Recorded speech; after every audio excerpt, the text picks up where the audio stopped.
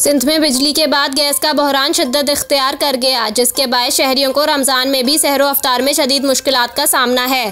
कुदरती तेल गैस से मालामाल सूबा सिंध पाकिस्तान की मजमूई गैस की पैदावार का 63% गैस पैदा करता है। ताहम गैस की पैदावार के बावजूद सिंध के बासी गुज़िश्ता कई माह से गैस की तवील लोड शेडिंग के अजाब से दो चार हैं।